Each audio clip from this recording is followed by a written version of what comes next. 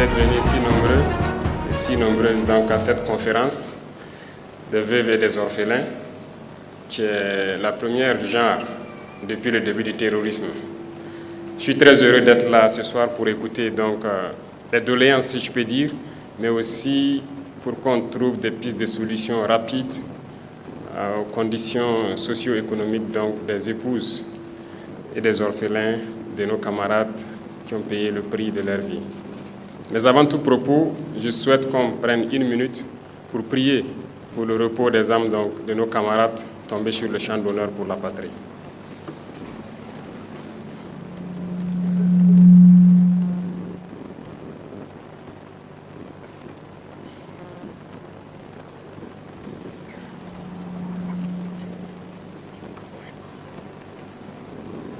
Nous prions pour eux, nous continuons de prier pour tous ceux qui nous ont dévancés à l'au-delà, mais nous ne les pleurons pas, parce que nous ne voulons pas que nous continuions à nous apitoyer sur nos sorts.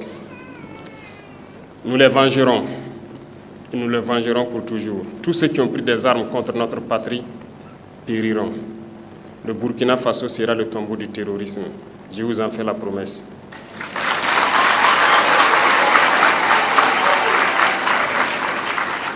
Nous ferons en sorte que nous poursuivons l'équipement, la formation et le recrutement de la jeunesse burkinabé pour défendre notre patrie et que nous puissions ramener le développement tant espéré au Burkina Faso pour le bonheur donc, de nos populations.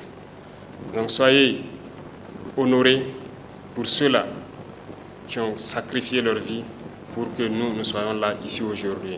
Et continuez de prier pour tous ceux qui continuent de se battre pour que notre patrie demeure. C'est une guerre qui nous est imposée. Nous n'avons pas le choix que de nous battre.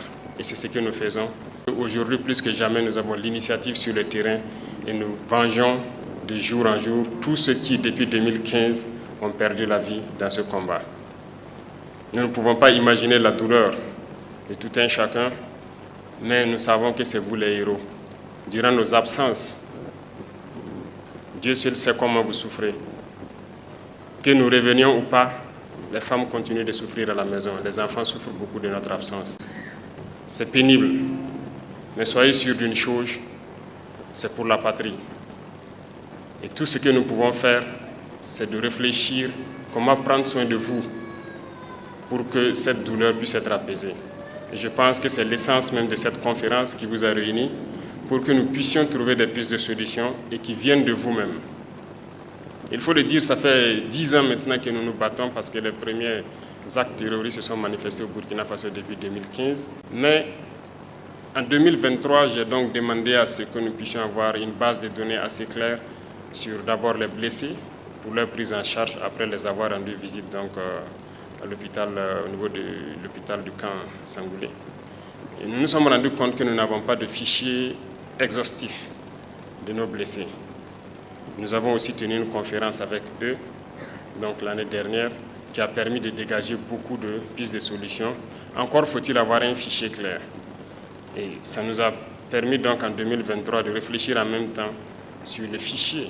Si nous n'avons pas le fichier de nos blessés, il faut que nous voyions donc est-ce que nous avons le fichier de ceux-là qui restent après nos héros qui sont tombés, c'est-à-dire les veuves et les orphelins. On s'est rendu compte aussi qu'on n'a pas de base de données fiable. Voilà pourquoi je pense que dernièrement, nous avons travaillé pour développer une application à partir de laquelle les gens pourront s'enregistrer. Et on m'a rendu compte en tout cas que l'application est prête et devra être lancée donc dans les heures ou les jours qui suivent. Et tous les mécanismes seront mis en œuvre pour aider ceux qui ne pourront pas s'inscrire d'eux-mêmes, les accompagner qu'ils puissent s'inscrire et que nous ayons d'abord un fichier exhaustif, clair, de tous ceux-là qui ont sacrifié tout pour la patrie. C'est à partir de là que nous pouvons accompagner véritablement voilà, les épouses que vous êtes et nos enfants que vous continuez donc de soutenir. Mais avant tout cela, nous avons pris un certain nombre de dispositions pour pouvoir accompagner autant que possible. Le fichier viendra donc nous donner l'ampleur de la situation et nous permettre de prendre les mesures idoines. Et c'est dans ce sens que l'ASOVIG a été créé, parce que si nous voulons agir effectivement en faveur donc, de nos blessés et de nos veuves et orphelins, il faut que nous ayons une agence spécialement dédiée à cela. Parce qu'il y a beaucoup de services et je sais que beaucoup d'entre vous sont souvent emmerdés même par la panoplie d'associations ou de services qui continuent de vous appeler à gauche et à droite pour certaines choses. Nous voulons uniformiser toutes ces données. Voilà pourquoi l'ASOVIG a été créée. Et je pense que vous allez contribuer à travers donc, des représentants au niveau de l'ASOVIG pour prendre en charge un certain nombre de données. Je suis déjà content du premier point qui a été soulevé, notamment trouver une fêtière qui va regrouper donc toutes les veuves au Burkina Faso. Ça, c'est déjà un très bon départ. Avec la base de données, je pense que ça sera très facile à faire.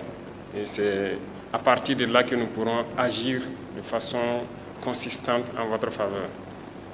Revenant donc aux points qui ont été soulevés ici, quand je prends le cas de l'autonomisation des femmes, tel que vous l'avez dit, c'est obligé d'aller vers ça, que chaque femme puisse avoir de quoi donc nourrir sa famille.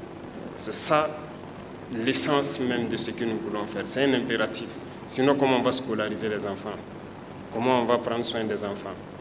Donc, dans ce cadre, vous avez cité un certain nombre de mesures qui peuvent être envisagées et nous allons réfléchir sur le cas de celles qui ont fait les écoles professionnelles, les diplômes académiques. Le ministère de la fonction publique même réfléchit déjà sur ça, sur les questions de quotas, notamment aussi les centres de formation, que nous avons déjà initié à petite échelle, mais ce n'est pas globalisé. Et je dis encore, le fichier viendra nous permettre d'avoir une cartographie, parce qu'il y a celles qui sont dans les grandes villes, mais il faut qu'à travers les fichiers, nous puissions savoir combien de femmes viennent par exemple de Borom, combien de femmes viennent de Nyangologo, combien de femmes viennent de Nouna, ainsi de suite. Ça nous permettra d'avoir, en fonction de la situation géographique, la proportion des femmes, et nous pourrons décider de mettre des centres spécifiques dans certains endroits du pays pour pouvoir accompagner. Mais d'ores et déjà, avec tout ce que vous avez dit, je peux vous dire quelque chose. Nous sommes dans une dynamique de pouvoir vous insérer au fur et à mesure, que ce soit celles qui ont des diplômes ou celles qui n'en ont pas.